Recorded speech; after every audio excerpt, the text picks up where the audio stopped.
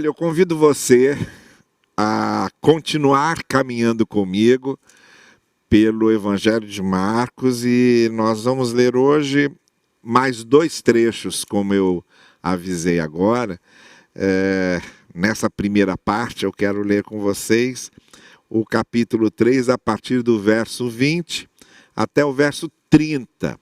Esse texto, ele é muito importante, muito significativo para o tema geral de Marcos, porque eu já disse para vocês que desde o início que o tema geral de Marcos é o Evangelho como redenção, não é? A mensagem do Evangelho como redenção.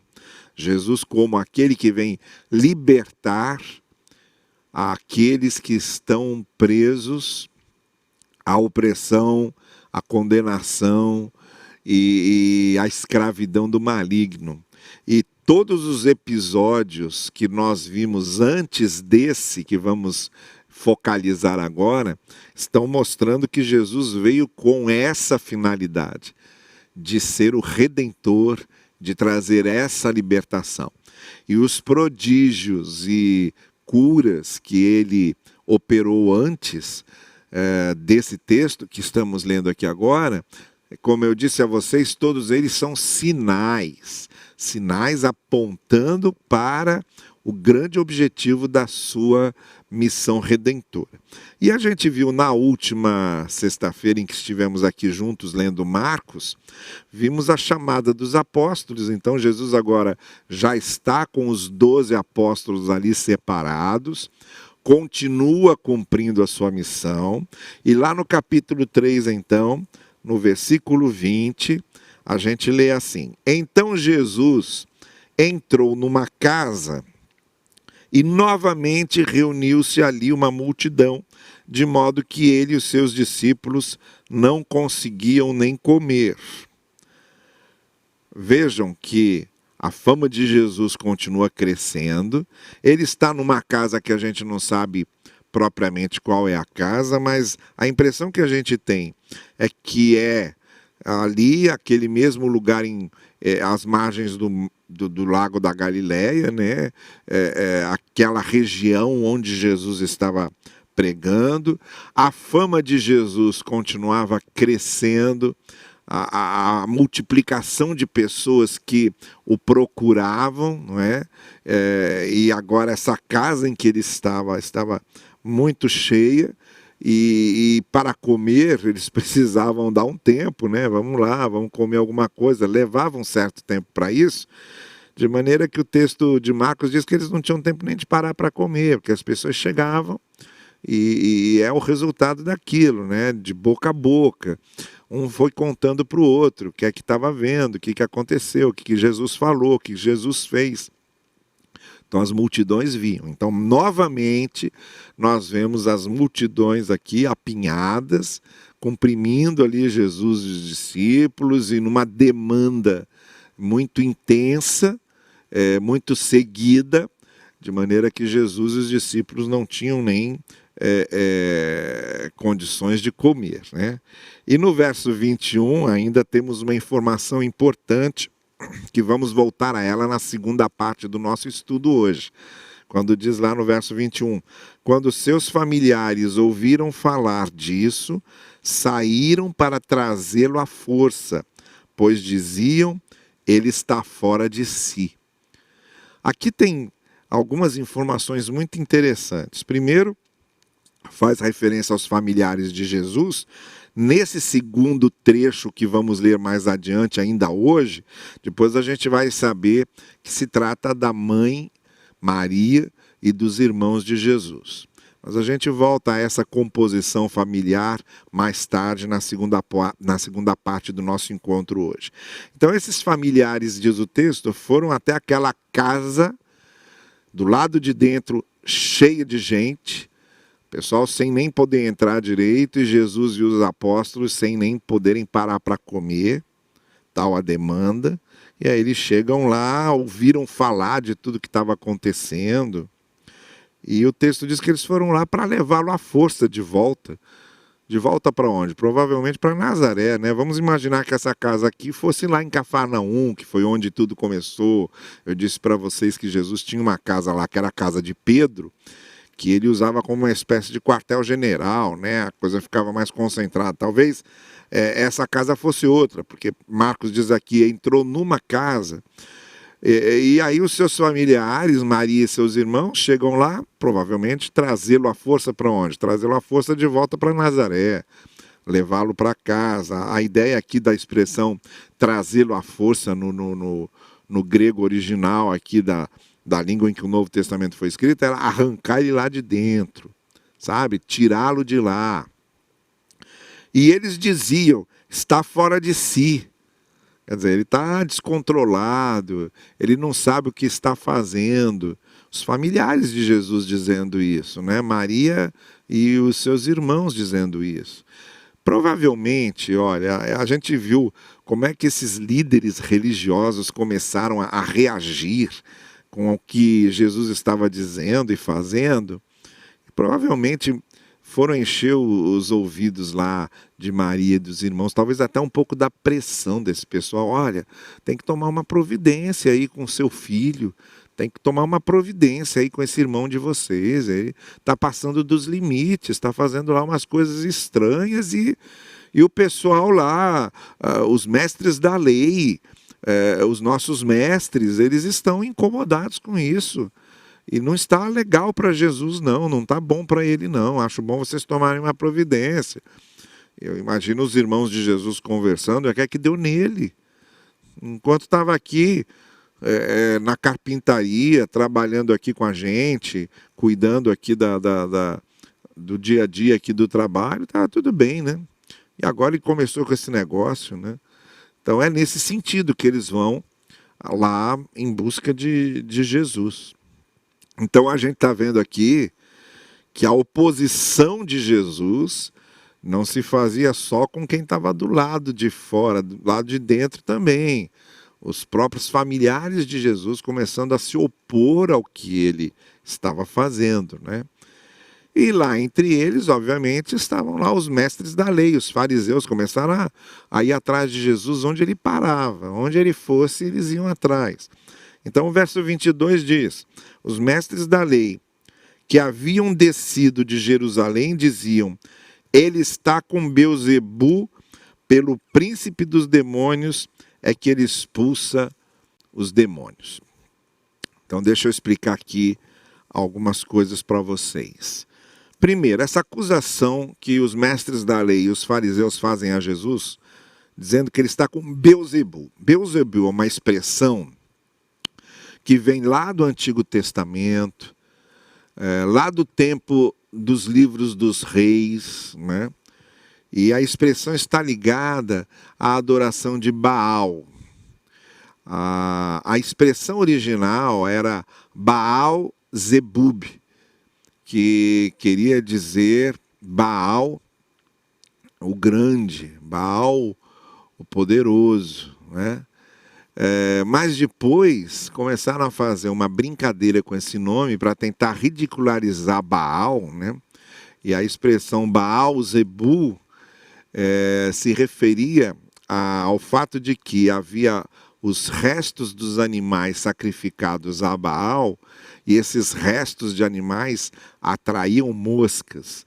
E a expressão Baal Zebu, como trocadilho sobre a expressão Baal Zebub, significa o Senhor das Moscas, né? Era uma brincadeira que se fazia com a adoração a Baal, dizendo o Baal é o Senhor das Moscas. E aí ficou essa expressão que chega até aqui esse tempo. E que se refere, na verdade, aos demônios, né? Era o príncipe dos demônios, era como Beelzebu era interpretado, o príncipe dos demônios, tanto que falam logo depois, pelo príncipe dos demônios é que ele expulsa demônios. O que os mestres da lei e os fariseus estavam dizendo é que Jesus estava fazendo aquilo pelo poder de Satanás, pelo poder dos demônios, porque ele tinha parte com os demônios, tinha parte com Beelzebu, tinha parte com o mal, com o maligno. É essa acusação que eles estão fazendo, numa tentativa clara de desmerecer tudo que Jesus estava fazendo e ensinando. Não é como se eles quisessem avisar lá os seguidores de Jesus daquela casa apinhada de gente: olha, vocês estão aí, ele na verdade está servindo os demônios. E esses exorcismos que ele faz, ele expulsa demônios pelo poder dos demônios. É essa acusação que eles estão fazendo para alertar os seguidores de Jesus ali, para tentar afastar esses seguidores de Jesus e desacreditá-lo diante dos seus seguidores. Então Jesus, ouvindo isso, diz o verso 23, os chamou e aí fez algumas comparações. O texto diz, lhes falou por parábolas. A parábola, ela tanto era uma narrativa, quanto era uma comparação. A própria palavra parábola, em termos etimológicos, significa isso, algo que é colocado ao lado para comparar. Então, ou é uma história do cotidiano para fazer comparações e tirar ali grandes lições, ou é uma comparação simples, né? Jesus fez aqui uma comparação simples, chamando aquele pessoal para refletir com ele. Quando a gente começar o capítulo 4, nós vamos entrar nas parábolas do reino e eu volto sobre essa significado e o sentido de parábolas aqui no Evangelho de Marcos. Mas aí Jesus então começou a fazer algumas comparações, e aí é que Jesus vai usar um argumento a partir do próprio argumento deles. Eles estão dizendo, ele tem parte com Beelzebu, ele tem parte com o maligno, ele está expulsando os demônios com o poder dos demônios.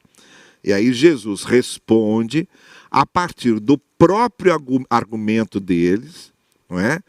Para batalhar contra os argumentos deles, usando os próprios argumentos deles, no terreno deles, no terreno da argumentação deles. E aí ele diz, como é que Satanás então expulsa Satanás? Se eu estou fazendo a obra dos demônios e estou expulsando demônios, como é que pode ser isso que eu não estou entendendo? Se um reino estiver dividido contra si mesmo, não poderá subsistir. Como é que Satanás está aqui combatendo Satanás? Se eu tenho parte com o maligno, como é que eu estou expulsando o maligno, combatendo o maligno? Se uma casa estiver dividida contra si mesma, também não poderá subsistir. E se Satanás se opuser a si mesmo e estiver dividido, não poderá subsistir. Chegou ao fim. Então Jesus está ridicularizando esse argumento dos mestres da lei, que realmente não fazia sentido nenhum. Vocês dizem que eu expulso demônios com o poder dos demônios, então vocês estão dizendo que Satanás está contra Satanás. Se eu expulso demônios e estou associado a Satanás, como é que esse reino dele vai resistir dividido desse jeito? Como é que vai subsistir se o próprio Satanás combate Satanás? Então Jesus está tentando mostrar a esses mestres da lei que, na verdade, não queriam discutir nada, né? Eles queriam só armar armadilhas contra Jesus e ridicularizar Jesus. E ele está mostrando isso a eles, né? Ele está mostrando, olha, eu sei onde vocês querem chegar, eu sei o que vocês estão querendo fazer. E aí ridiculariza o próprio argumento deles. Mas aí no verso 27, Jesus diz uma coisa, eu disse para vocês que esse era um dos textos assim, fundamentais para a gente compreender o grande objetivo do Evangelho de Marcos. E o grande objetivo do Evangelho de Marcos é mostrar a redenção que Jesus veio trazer, a libertação que ele veio trazer do maligno, de qualquer poder opressor que anula a dignidade do ser humano. E aí ele diz no verso 27, olha, na verdade, ninguém pode entrar na casa do homem forte e levar dali os seus bens sem que antes o amarre. Só então poderá roubar a casa dele. Jesus está usando aqui uma parábola, essa comparação, né, que ele faz para tirar uma lição. E a comparação que ele faz da missão dele A comparação que ele faz da missão dele com essa história é a seguinte, olha, imaginem que alguém entra na casa do homem forte, daquele que detém o poder, que domina a situação, e para saqueá-lo, para tirar o poder dele, é necessário amarrá-lo. Aí sim, depois de amarrá-lo, ele saqueia a sua casa. Ele tira o poder dele. É como se Jesus estivesse dizendo, olha, eu vim para isso. Eu vim para saquear, para tirar, eu invadi a casa de Satanás. Porque ele que está dominando tudo, né? Desde a queda do pecado, né? O domínio é dele. Quando Jesus Cristo disse aos seus discípulos, é chegado o reino, e começou o seu ministério dizendo, aqui o reino chegou, é isso aí. Agora acabou o domínio dele, ele não tem mais esse domínio todo. Eu entrei na casa dele, amarrei-o para poder saqueá-lo do seu poder. É isso que é o reino de Deus sendo implantado para destronar, para tirar o poder, para despossuir o poder demoníaco, o poder do maligno. E Jesus está dizendo, eu vim para isso. Eu vim para isso. Como é que vocês estão dizendo que eu estou associado ao maligno se eu vim para saquear a casa do maligno? Para saquear a casa do homem forte, tem que entrar um homem mais forte, amarrá-lo. Eu sou esse mais forte que entrou aqui. E que agora amarrou, ele não vai ter mais esse domínio. A gente tem que lembrar que Jesus veio desfazer as obras do diabo, ele disse isso. E a partir da vinda de Jesus, do que Jesus Cristo fez na cruz, a partir da redenção, o diabo não tem mais poder que possa competir com o poder dele. Então Jesus pode redimir uma pessoa, pode perdoar, pode tirar a culpa dela, pode tirá-la da perdição e levá-la para a salvação, porque ele veio amarrar e saquear a casa do maligno. É por isso que ele pode fazer isso. Então o maligno é forte, mas aí chegou o mais forte, que o amarrou e o saqueou. Aí Jesus está dizendo, eu vim fazer isso, eu vim trazer redenção, eu vim trazer libertação. Então como é que eu posso estar desfazendo a obra do maligno e ser associado ao maligno?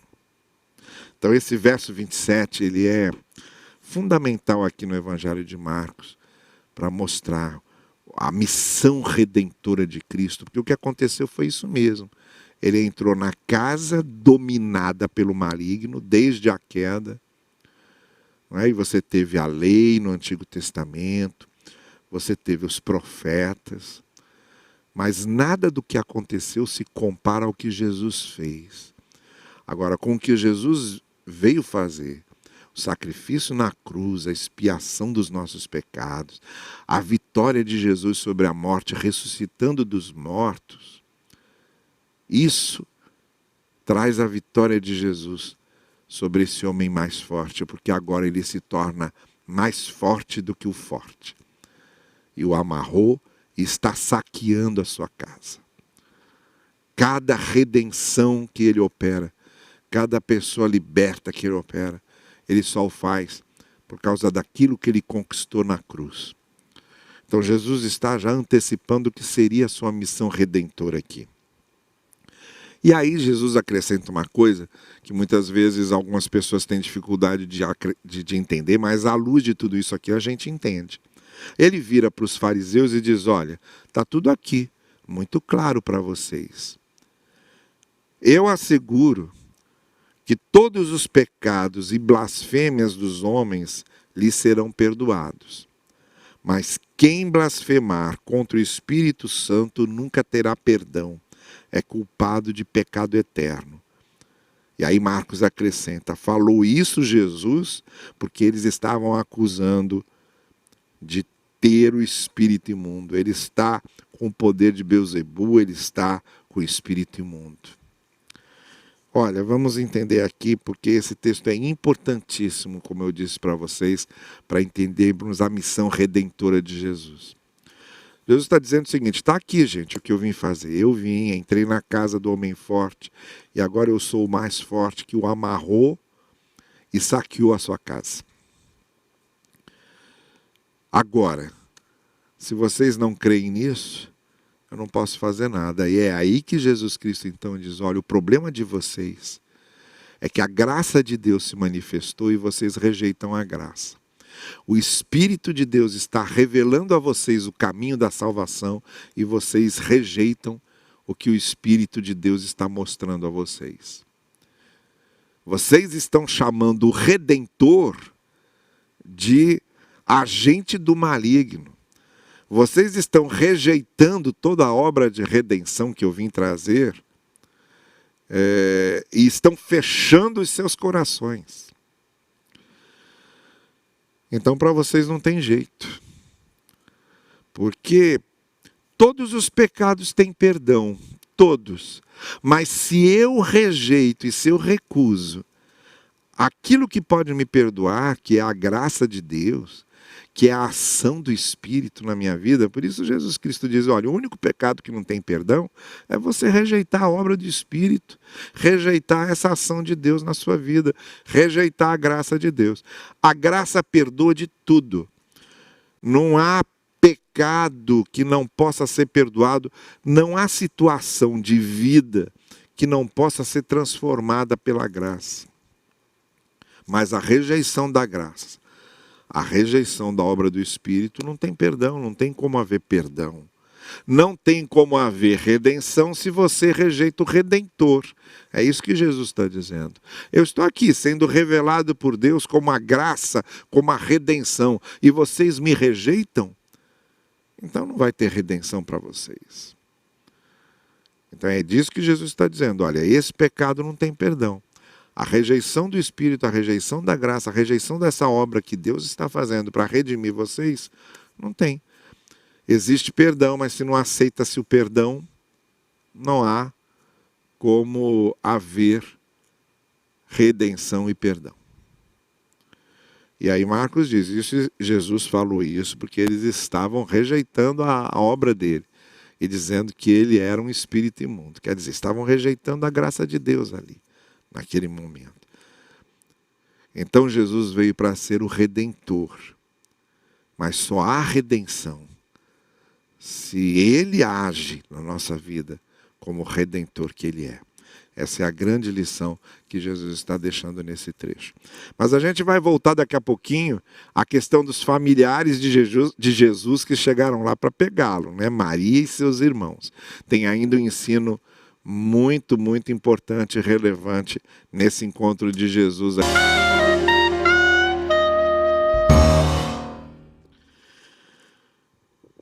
Bem, e aí então Jesus, depois de ter explicado qual era a sua missão redentora e ter mostrado para os fariseus e mestres da lei que sem a redenção que ele trouxe, sem a graça revelada através dele, sem a obra do Espírito Santo que se realizava através dele, não havia perdão, não havia redenção. Esse foi o grande ensino da primeira parte do texto. Agora vem a segunda parte. Lá em cima, no verso 21, nós fizemos referência a isso. Quando seus familiares ouviram falar disso, saíram para trazê-lo à força e diziam, ele está fora de si.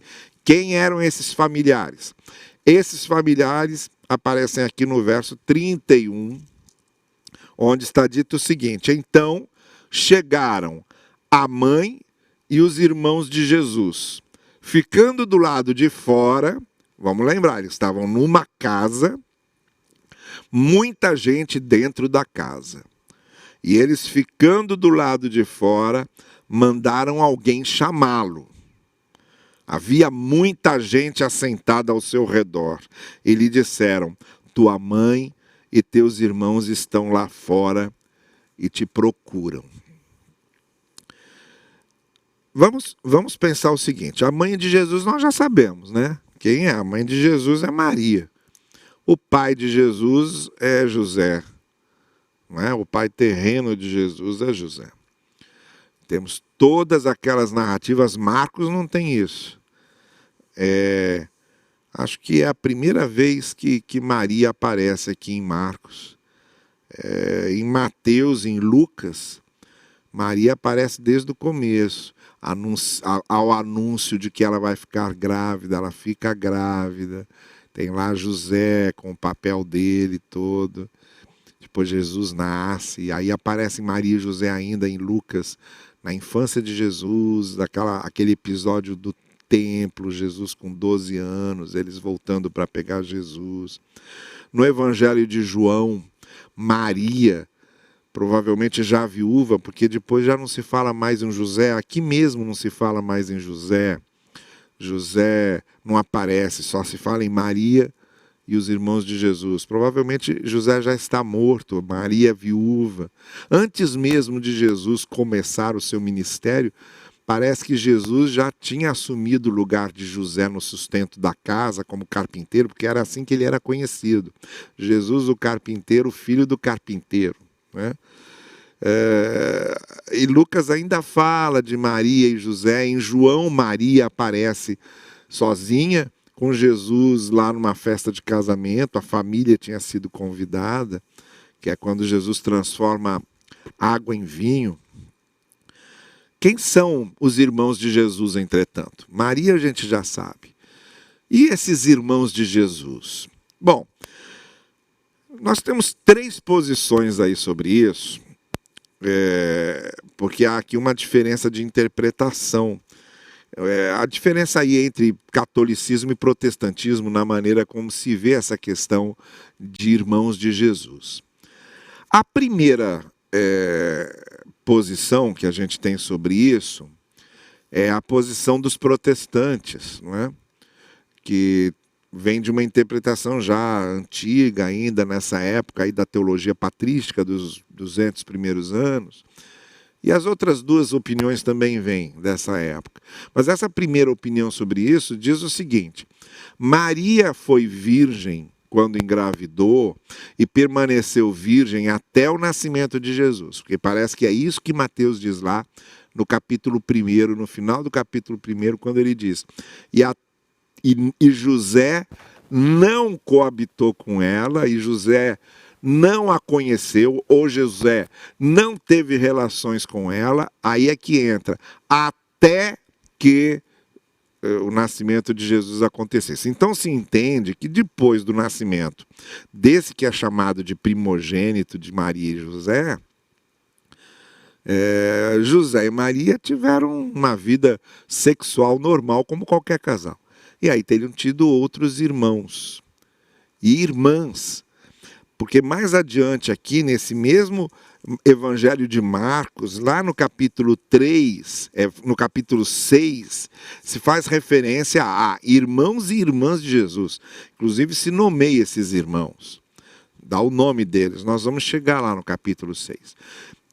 E no Evangelho de João, no capítulo 7, se diz que nem os seus irmãos criam nele. Dá para a gente... Isso coincide com o que está dizendo aqui em Marcos, porque os irmãos de Jesus foram lá com Maria para tirá-lo de lá e dizer: acaba com essa loucura, vamos voltar para casa, vamos voltar para Nazaré. E João também corrobora esse pensamento, dizendo que nem os seus irmãos criam nele, como diz lá no capítulo 7 de João. Então, a primeira ideia é que esses irmãos de Jesus são filhos de José e Maria depois do seu nascimento. Essa é a primeira ideia. As 2 outras ideias são do âmbito católico. Porque no âmbito católico, Maria permaneceu virgem. Até por causa de toda a mariologia que se desenvolveu depois, muito especialmente na Idade Média. Então Maria permanece virgem. E a segunda opinião é que, antes de se casar com Maria, José já tinha sido casado e era viúvo. Então Maria se casou, na verdade, com um viúvo que tinha filhos, que são esses irmãos de Jesus, que seriam só então irmãos por parte de José, porque eles não seriam filhos de Maria. Filho de Maria seria só Jesus. Então aí nessa segunda opinião se diz isso, que esses irmãos de Jesus eram irmãos por parte de pai apenas, não é? E a terceira opinião é que, na verdade, esses irmãos não eram irmãos, esses irmãos eram primos. Então, a maneira que se referiu a eles, a palavra irmãos aqui, ela na verdade era uma ideia de irmãos genéricos, né? Como partes da família, como parentes, mas na verdade não seriam irmãos, mas primos, filhos de algum irmão de José ou de alguma irmã de Maria. E ali estavam juntos e foram lá juntos com Maria para pegar Jesus. Nessas três posições aqui, são encontradas algumas contrariedades, né? O contra-argumento, a contraposição. Quando se diz que aqueles irmãos eram irmãos de sangue de Jesus, filhos de Maria e de José, a contraposição a isso é o fato de que na crucificação de Jesus, Jesus encomenda a João apóstolo que tome conta de Maria.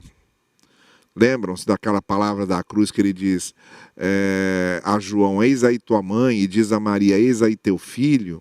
O Evangelho de João diz que João apóstolo, o discípulo que Jesus amava, né, como ele é chamado no Evangelho de João, assume, assim, é uma adoção ao contrário, né? O filho adota a mãe. Aí a pergunta que se faz é o seguinte, por que é que Jesus teria deixado Maria sob os cuidados de João, se ele tinha irmãos, se Maria tinha outros filhos? Isso é uma dificuldade que fica aí, né? A explicação que tenta se dar a isso é que, como seus irmãos não criam nele, então Jesus pede que João acolha Maria para ajudá-la a compreender tudo aquilo que estava acontecendo, e Maria participaria também ali, a partir daquele momento, da fé em Jesus como aquele que foi enviado por Deus. Bom, a segunda postura é uma outra postura também que deixa problemas. Por quê? Quando se diz que esses irmãos de Jesus eram irmãos só por parte de pai, só por parte de José, e que Maria José era viúvo quando se casou com Maria, a contraposição a isso é que lá no Evangelho de Lucas, no capítulo 2, verso 7, Jesus é chamado de primogênito de José. E aí causa um problema, porque se Jesus era primogênito de José, como é que José tinha outros irmãos? Aí se diz o seguinte, não, mas ele era primogênito no que tinha a ver com Maria. Mas no que tinha a ver com Maria, ele não era realmente filho de José. Então fica um negócio meio contraditório mesmo aí, né? E na terceira explicação, que é dita que, na verdade, não eram irmãos, eram primos, existe uma palavra em grego para irmãos, que é a palavra adelphos, e existe uma palavra para primo em grego, que é a palavra anepsos, que é a palavra, por exemplo, que Paulo usa quando escreve aos Colossenses, capítulo 4, para dizer que João Marcos era primo de Barnabé. Não é Paulo diz isso, né? Falando de João Marcos e dizendo, ele é primo, ele é adepsius de Barnabé. Então a palavra primo não tem porquê. Se tem uma palavra para primo e se tem uma palavra para irmão, não tem porquê chamar primo de irmão.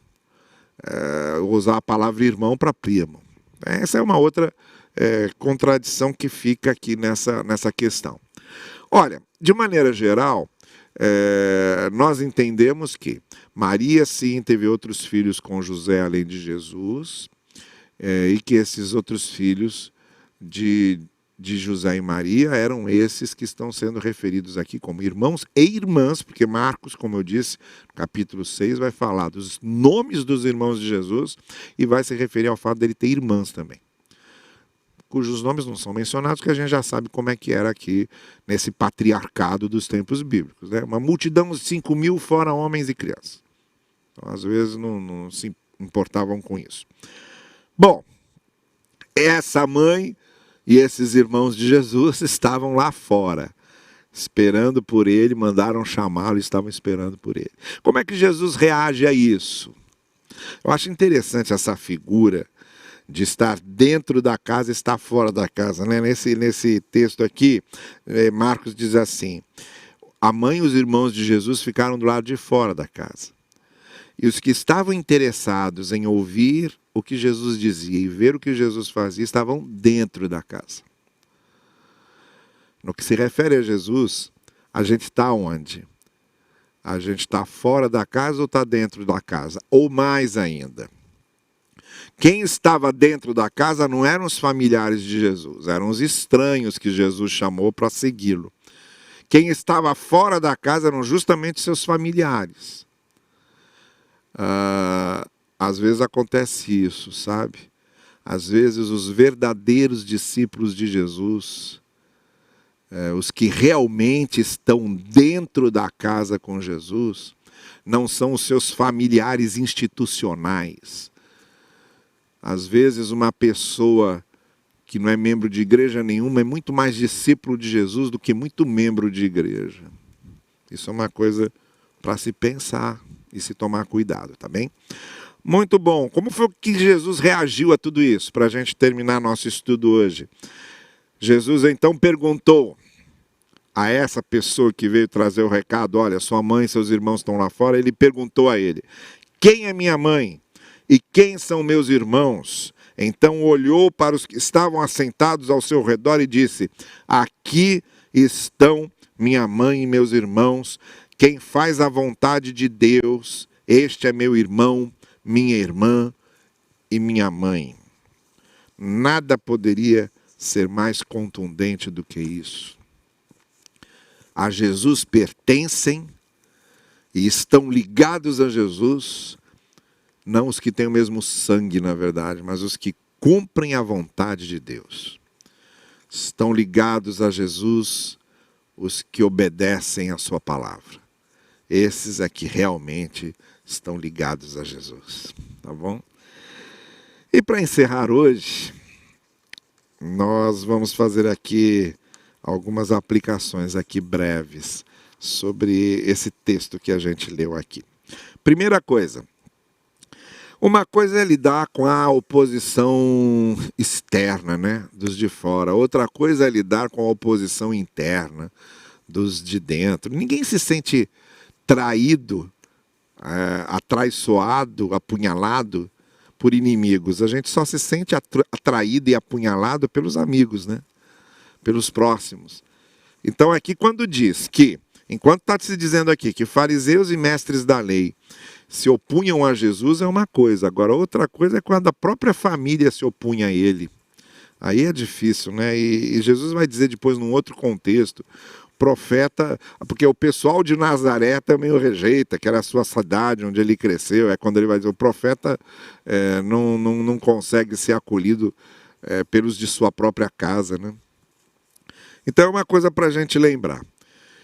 Se você está sendo perseguido, ou se você foi atraiçoado, foi enganado pelos seus queridos, por aqueles em quem você confiava, por aqueles próximos do coração, e aí a traição dói muito mais, a perseguição dói muito mais, o abandono dói muito mais, quando vem daqueles que amamos, a incompreensão dói muito mais, quando vem daqueles que estão próximos, né?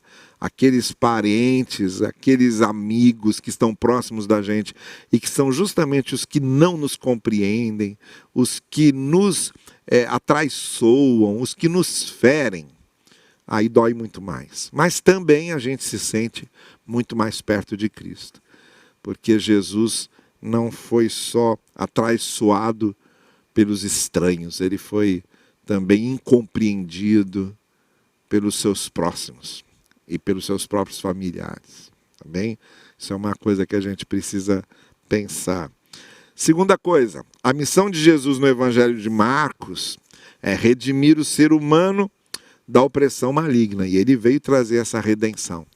E aí quando a gente chega lá em 1 João capítulo 5, verso 18,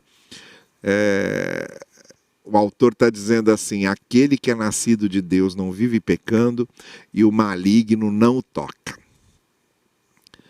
Se o Filho libertar vocês, vocês serão verdadeiramente livres, como diz João 8. Então a missão de Cristo foi essa, foi nos libertar, nos redimir. O diabo, o mal, o maligno não tem mais poder sobre nós quando nós estamos redimidos e sob a graça do Senhor. Vamos lembrar disso também, porque o que tem de gente aí manipulando o medo das pessoas e manipulando crentes que deviam se lembrar que pertencem agora a Cristo e que ninguém, o homem forte não tem mais poder do que o mais forte que entrou na sua casa, o amarrou e o saqueou. Essa é a grande lição que a gente tem que aprender, sabe? Nada nos afastará do amor daquele que deu o seu próprio filho por nós, diz Paulo. Então como é que a gente vai viver agora cheio de medos? Sabe? Como se o poder de Cristo em nossa vida, como se a graça de Deus pudesse ser ameaçada. E aí tem vários líderes religiosos que ficam manipulando essas pessoas, ameaçando. Pastores que dizem: olha, vocês têm que estar sob a cobertura da minha autoridade pastoral. Que eu preciso da cobertura da autoridade pastoral de alguém, se eu já estou sob a cobertura da graça de Deus diretamente sobre mim? Ninguém me ameaça. Não, olha, não tem como, se eu estou nas mãos daquele que deu o seu próprio filho por mim. Não há poder maior do que esse amor de Deus que está sobre mim.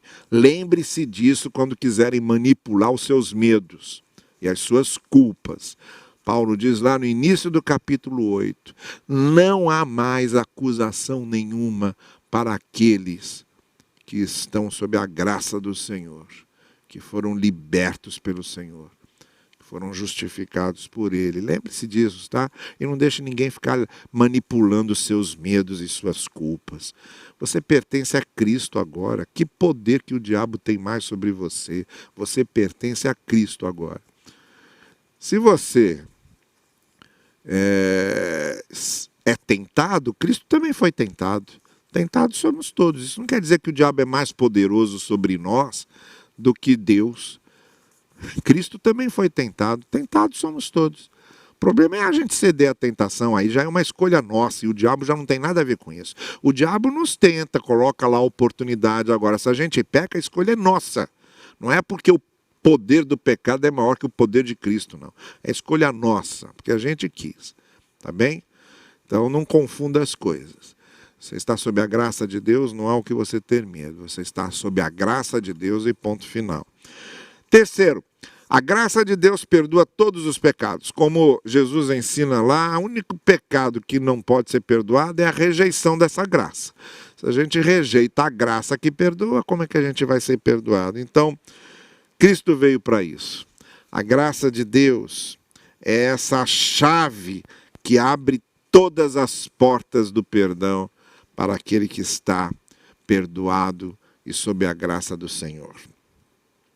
E a última coisa, seguir a Cristo, crer em Cristo, é segui-lo. É estar comprometido com a sua vontade. Pertencem a Jesus os que obedecem seus ensinos. O que, como discípulos de Jesus, fazem a vontade do Pai. E isso é que Jesus quis mostrar. Não importa se é mãe de sangue, se é irmãos de sangue, não importa se são irmãos de sangue, não importa.